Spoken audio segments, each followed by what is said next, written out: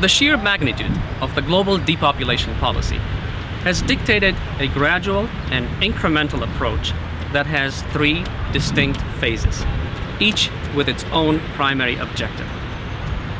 It was understood early on that engineering a population reduction would take multiple generations and require long-term commitment, anywhere from 100 to 150 years. First, the total number of children born to every woman would have to be reduced. Second, the total number of people living on Earth would have to peak. And third, the global population would have to steadily decline to a level that is sustainable.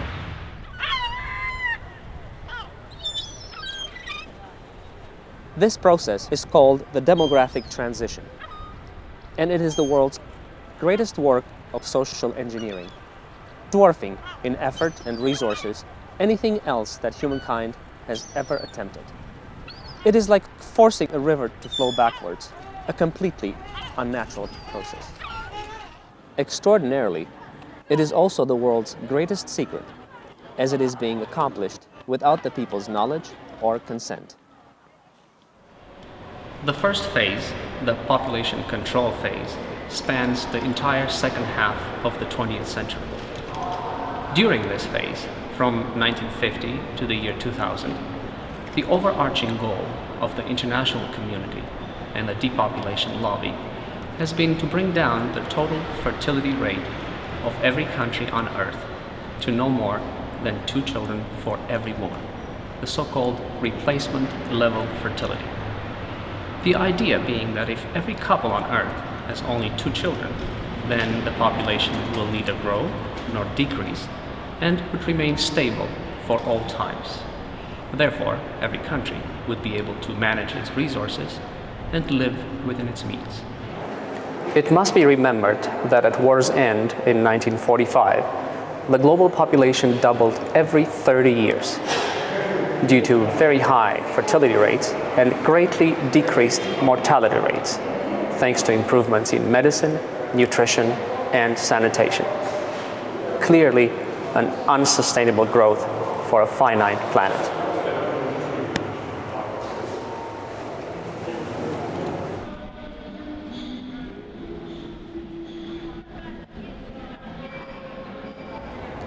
The second phase is the population stabilization phase.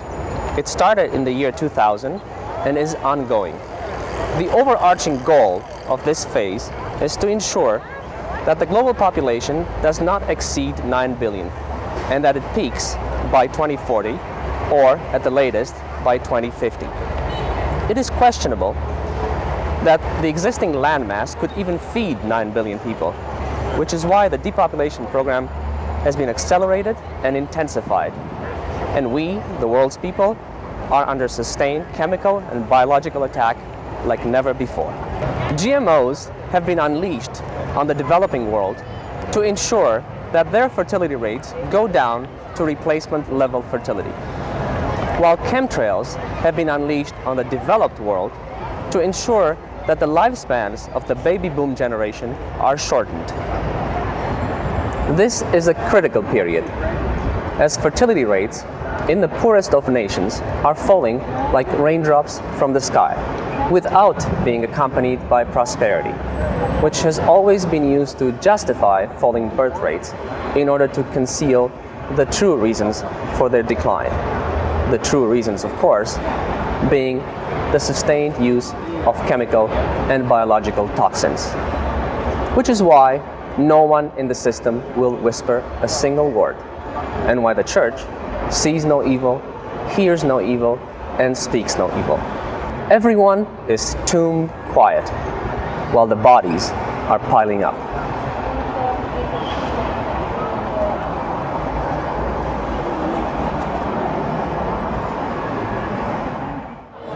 The third phase, the controlled depopulation phase, has already begun in several European countries, Russia and Japan, and will begin elsewhere as soon as phase 2 is completed, around the year 2050.